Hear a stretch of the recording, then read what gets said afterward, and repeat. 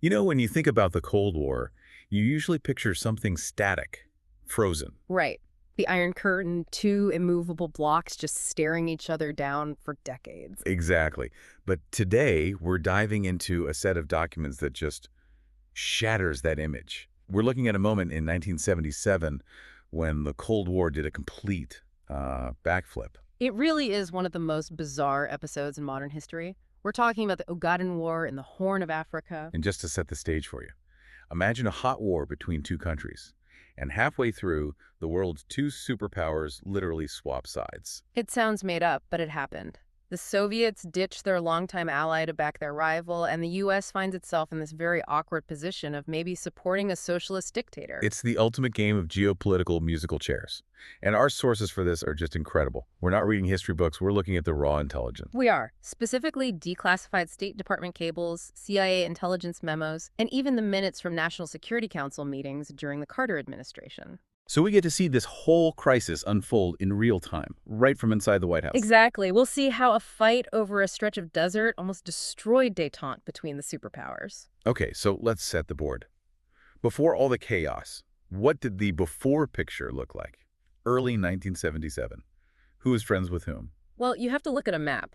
The Horn of Africa juts out right into the Indian Ocean. It controls the southern entrance to the Red Sea. Which means it controls the shipping lanes for the Suez Canal. Oil, trade, everything. It's incredibly strategic real estate, and for decades, the U.S. had a major ally there, Ethiopia. And this wasn't just a casual friendship. The U.S. had deep roots in Ethiopia. Very deep. They backed Emperor Haile Selassie, and in return, they got to operate a critical facility called Kagnu Station. Kagnu Station comes up again and again in these cables. What was it exactly? Why was it so important? Before satellites, Kagnu was the crown jewel for U.S. intelligence. It was a massive listening post. It could intercept communications from all over the Middle East, even the southern Soviet Union. So it's vital for things like tracking Soviet missile tests. It's absolutely vital. Losing it was a nightmare scenario for the Pentagon. But by 1977, that relationship with Ethiopia was, well, it was falling apart. Because the emperor was gone. Right, overthrown in 74. And a Marxist military junta called the Derg took over, led by a man named Mengistu Haile Mariam. And Mengistu was no friend of the West. Far from it. He launched something called the Red Terror, executing thousands of political opponents. So the Carter administration is in a real bind. Their key strategic ally is now a brutal anti-American Marxist regime. Okay, so the U.S. is stuck with a bad partner. What about the Soviets? Where were they?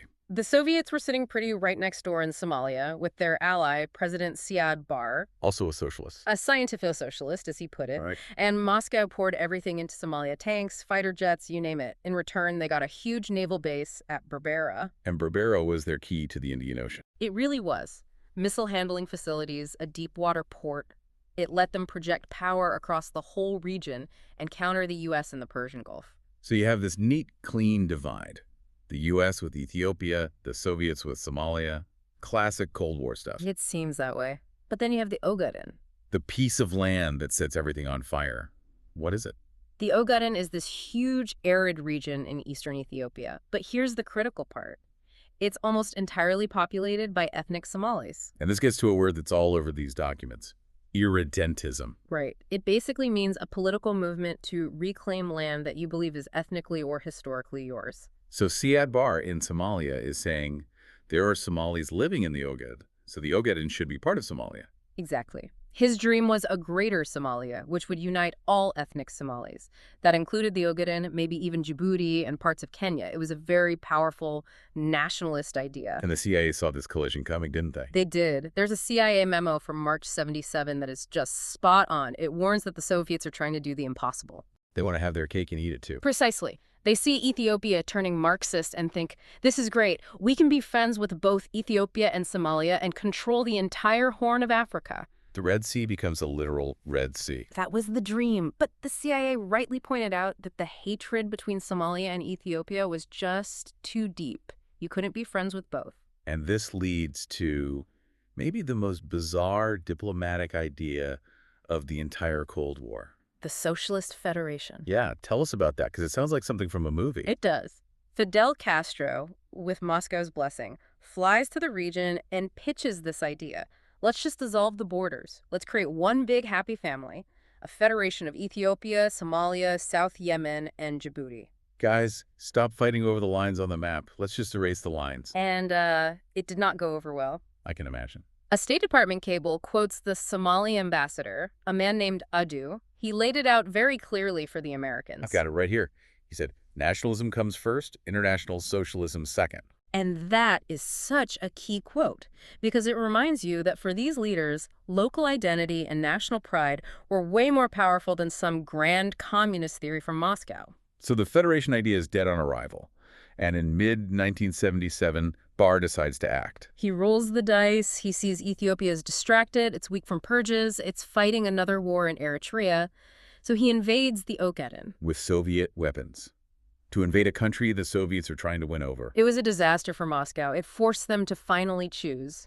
And they did the math. And Ethiopia is the bigger prize. 10 times the population, home of the Organization of African Unity. It was a no-brainer from a strategic point of view. And so begins the big flip. The big flip. The Soviets cut off Somalia and start a massive airlift of arms to Ethiopia. Antonov cargo planes are landing every 20 minutes in Addis Ababa. And Siad Barr's reaction is explosive. In November 1977, he just tears up his treaty with the USR. He gives thousands of Soviet advisors 1 week to get out of Somalia. That must have been an incredible scene. All these Russians scrambling for the exits. It creates a power vacuum. And Barr immediately turns to the one country he thinks can help him. The United States. He basically sends a message. Hey, I just kicked out your biggest enemy. How about some weapons? And this is where the drama inside the Carter administration really heats up. The White House was completely split on this. It was a huge internal fight. You had 2 camps, really. In one corner, you have Cyrus Vance, the Secretary of State. And in the other, Zbigniew Brzezinski, the National Security Advisor. 2 totally different ways of looking at the world. Completely. Vance was the diplomat. His priority was the SALT II nuclear arms treaty with the Soviets. He did not want to derail that over a war in Africa. Plus, there was a legal argument, right? Somalia was the one who invaded. That was Vance's core point. If the U.S. backs Somalia, we are rewarding aggression. We're violating the charters of the UN and the Organization of African Unity. It's a bad precedent. But Brzezinski saw it completely differently. Brzezinski was a Cold War hawk. He looked at the Horn of Africa and he didn't see a local dispute. He saw a direct Soviet power play. He believed that if the Soviets and their Cuban proxies got away with this kind of military intervention, they'd just do it again somewhere else. Exactly. He wanted to draw a line in the sand. He famously said that salt lies buried in the sands of the Ogaden. Wow. Meaning this conflict is more important than our nuclear treaty. That was his argument.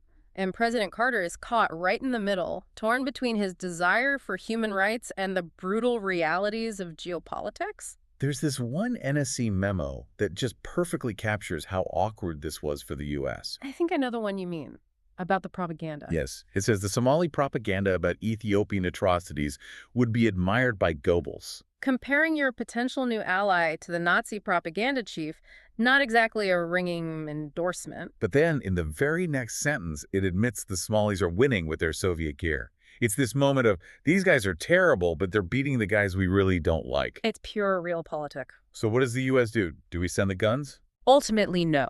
They adopted what they called a hands-off policy, no direct U.S. arms to Somalia. And they even told allies like Saudi Arabia and Iran not to send their American-made weapons either. The Saudis must have been furious. They were terrified of a Soviet-backed Ethiopia. They were. But the Joint Chiefs of Staff were very blunt with the White House. General Jones told them that, realistically, the U.S. couldn't match the speed and scale of the Soviet airlift. It was just a logistical reality. So the U.S. stays on the sidelines. But the war is changing. The cavalry is coming for Ethiopia. The Cubans. And the Soviets. And not just advisors. We're talking about thousands of combat troops. Mechanized brigades, tank crews, and maybe most important, top-tier Soviet command and control. The documents mention a General Petrov. Yes, Vasily Petrov, a top Soviet general. A generally reliable clandestine source, according to the CIA, reported that Petrov was personally directing the entire counteroffensive. So he's bypassing the Ethiopian chain of command. Totally. He's giving orders directly to Cuban and Ethiopian brigades. It's a Soviet general directing Cuban tanks, fighting against Somalis who are using older Soviet tanks. The whole thing is just surreal. It's a proxy war nightmare. And it completely turned the tide. With that level of expertise and the fresh Cuban troops, the Somali army it collapsed. They were routed. By March of 1978, it's a full-on retreat, and this sparks a whole new crisis in Washington. The fear that the Ethiopians won't stop at the border. Right, that they'll just keep rolling right into Somalia. Which would have been a catastrophe. The U.S. would have been under immense pressure to intervene to defend Somalia's borders, the very borders Somalia had just violated. The irony is just staggering. It is. The U.S. puts enormous pressure on the Soviets, who, to their credit, do rein in Mengistu. The Ethiopian and Cuban forces stop at the border. So the war ends. The map looks the same. But the entire geopolitical landscape has been redrawn. Completely. Siad Barre in Somalia survives a coup, but he's now desperate. He starts his slow drift towards an alliance with the West. And Ethiopia is now firmly in the Soviet camp. A Soviet client state, with thousands of Cuban troops on its soil. And the final, perfect irony of this whole story is what happens to that naval base at Berbera. The one the Soviets The built. one they poured millions into. By 1980, just 2 years later, the United States is negotiating access to use that very same base for its new central command. We moved into the house the Soviets had to abandon. We did. It's the perfect summary of the whole affair. We condemned the aggressor, but in the end, we signed a deal with them for the strategic real estate. So if we have to boil this all down, what's the key takeaway for our listeners? I think it's that in the Cold War, ideology was often just a flag of convenience. But geography was permanent. The map mattered more than the manifesto. Absolutely. The U.S. and the USSR were willing to back anyone, socialist, dictator, whatever, as long as it got them a port on the Red Sea. And that leads to the provocative thought we should leave everyone with. This was at its heart a local conflict about borders and ethnicity. A conflict that had simmered for centuries. But when the superpowers poured in billions of dollars of modern weapons, they turned a regional fire into a continental inferno. One that destabilized the Horn of Africa for decades to come. And we're still living with the consequences. So the question to think about is this. When superpowers get involved in local conflicts today, are they helping to find a solution? Or are they just using advanced weaponry to freeze a painful, violent problem in place? Was the superpower interference the fuel that burned the region down, or the freeze that prevented any kind of natural resolution? The documents strongly suggest it was the fuel. A heavy thought to end on. Next time you see a map of Africa and you see that line between Ethiopia and Somalia, remember the story we told today.